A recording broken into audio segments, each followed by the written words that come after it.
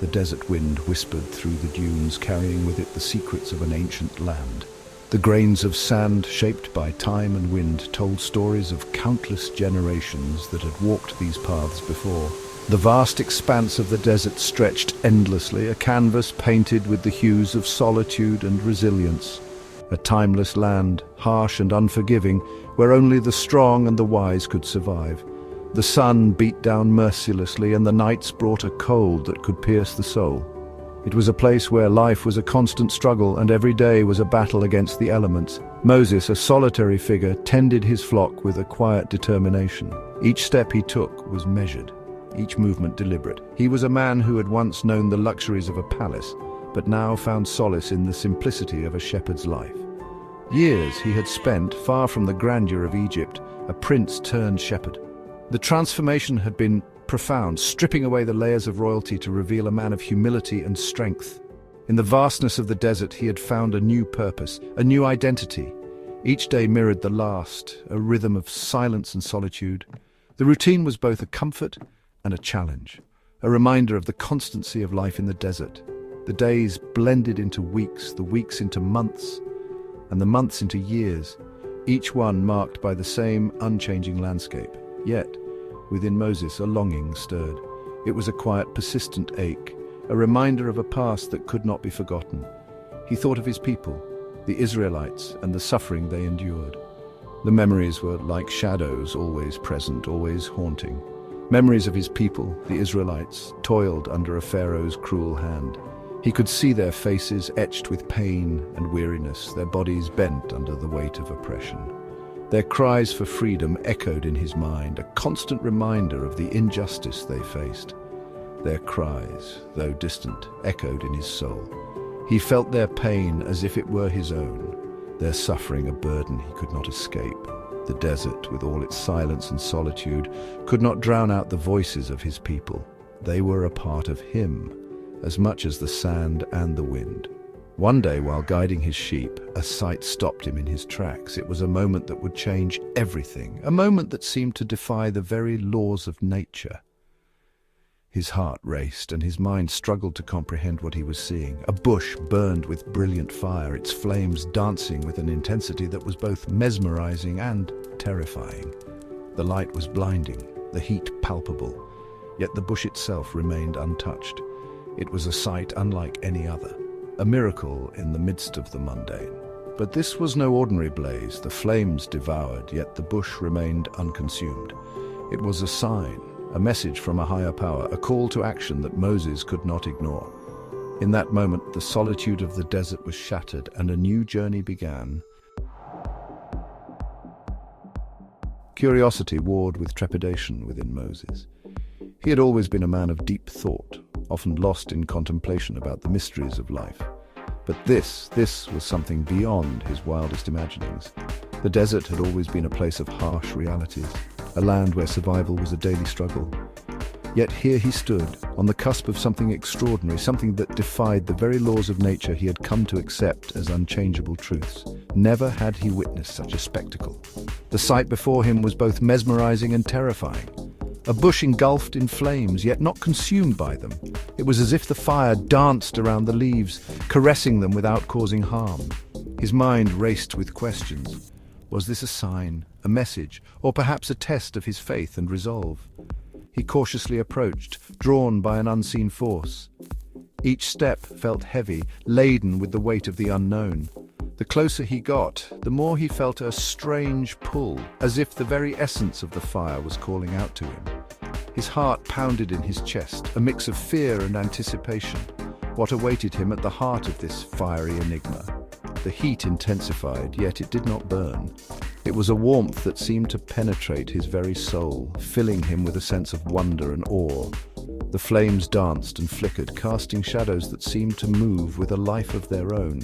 It was a sight both beautiful and unsettling, a reminder of the power and mystery of the natural world. It was a paradox of nature, a dance of fire and life intertwined. The bush stood tall and green, untouched by the flames that surrounded it. It was as if the fire and the bush were in perfect harmony, a delicate balance of destruction and creation. Moses couldn't help but marvel at the sight. his mind struggling to comprehend the miracle before him. As he neared the burning bush, a sense of awe overcame him. He felt a profound connection to the scene, as if he were witnessing a moment of divine revelation. The air around him seemed to hum with energy, a palpable sense of something greater than himself. He knew in that moment that his life would never be the same. The air crackled with energy, charged with the unknown. It was a sensation unlike anything he had ever experienced, a feeling of being on the brink of a great discovery. The fire seemed to speak to him, its crackling and popping like a language he couldn't quite understand but felt deep within his bones. It was a call to something greater, a beckoning to step beyond the ordinary and into the extraordinary. It was a sacred space, a place where the veil between worlds seemed thin. The desert, usually so harsh and unforgiving, had transformed into a realm of mystery and wonder. Moses felt as if he were standing at the crossroads of reality and the divine, a place where the ordinary rules no longer applied. It was a moment of profound significance, a turning point in his journey. Doubts crept in. Was this a trick of the desert, a mirage playing on his senses? He had heard tales of travelers driven mad by the relentless sun and endless sands, seeing things that weren't there. But this felt different. The fire was real, the heat undeniable. Yet the rational part of his mind struggled to make sense of it all. Could it be that he was chosen for something greater? A purpose beyond his understanding? But the fire burned real, the heat undeniable. It was a force of nature, a living entity that defied explanation. The flames danced and flickered, casting a warm glow that seemed to reach out and touch his very soul. It was a moment of clarity, a realization that he was standing on the threshold of something extraordinary. And within the flames a voice beckoned. It was a voice unlike any he had ever heard, a sound that resonated deep within him. It spoke of ancient truths and timeless wisdom, a call to action that he could not ignore. Moses knew that his life was about to change forever, that he was being called to a higher purpose. The flames of wonder had ignited a fire within him, a burning desire to seek out the truth and fulfill his destiny. "Moses, Moses!" The voice resonated with authority and power, shaking Moses to his core. Fear gripped him. He fell to his knees, shielding his eyes from the blinding light. "Who are you?" Moses stammered, his voice barely a whisper. The very air vibrated with anticipation, the unseen presence palpable. The voice answered, "I am the God of your fathers, the God of Abraham, the God of Isaac, and the God of Jacob." Moses trembled. This was no desert spirit, but the God of his ancestors, the one spoken of in hushed tones, the God who had promised a great nation, a land flowing with milk and honey. "Take off your sandals," the voice commanded, "for the ground on which you stand is holy." Moses obeyed, his heart pounding in his chest. The voice continued, "I have seen the suffering of my people in Egypt. I have heard their cries. I have come down to deliver them." Section 5, a sacred mission. Moses listened, his fear giving way to a sense of purpose. He had been chosen, singled out for a momentous task. The burden of leadership, the weight of his people's freedom, settled upon his shoulders. "I will send you to Pharaoh," the voice declared, "that you may bring my people, the Israelites, out of Egypt." Moses hesitated. "Who am I," he asked, "that I should go to Pharaoh and bring the Israelites out of Egypt?" The task seemed insurmountable, his own abilities insignificant. "I will be with you," the voice reassured. Moses stood there, his heart pounding in his chest, feeling the weight of the divine presence. The desert around him seemed to hold its breath, waiting for his response. He had always known he was different, set apart for something greater, but this moment was beyond anything he had ever imagined. "And this shall be the sign to you that it is I who have sent you," the voice continued, its tone both commanding and comforting. Moses' mind raced with questions and doubts. How could he, a mere shepherd, stand before the mighty Pharaoh and demand the release of his people? The enormity of the task seemed insurmountable. "When you have brought the people out of Egypt, you shall serve God on this mountain." The words echoed in Moses' mind, painting a vivid picture of the future. He could see the multitude of his people, free at last, gathered at the foot of the sacred mountain, their faces lifted in worship and gratitude. But the path to that vision was fraught with peril and uncertainty. But doubt still lingered in Moses' heart. He had seen the suffering of his people, the cruelty of their oppressors, and he knew the dangers that lay ahead. Could he truly be the one to lead them to freedom? The weight of responsibility pressed heavily on his shoulders. "If I come to the people of Israel," he questioned, his voice trembling with uncertainty, how would they react to his message? Would they believe him, or would they see him as a madman, a dreamer with impossible visions? "And say to them, 'The God of your fathers has sent me to you,'" he continued, trying to imagine the scene. The faces of his people, worn and weary from years of bondage, flashed before his eyes. Would they find hope in his words, or would they be consumed by doubt and fear? "And they ask me, 'What is his name?'"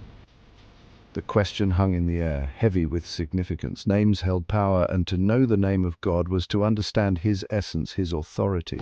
Moses needed an answer that would resonate deeply within the hearts of his people, an answer that would dispel their fears and ignite their faith.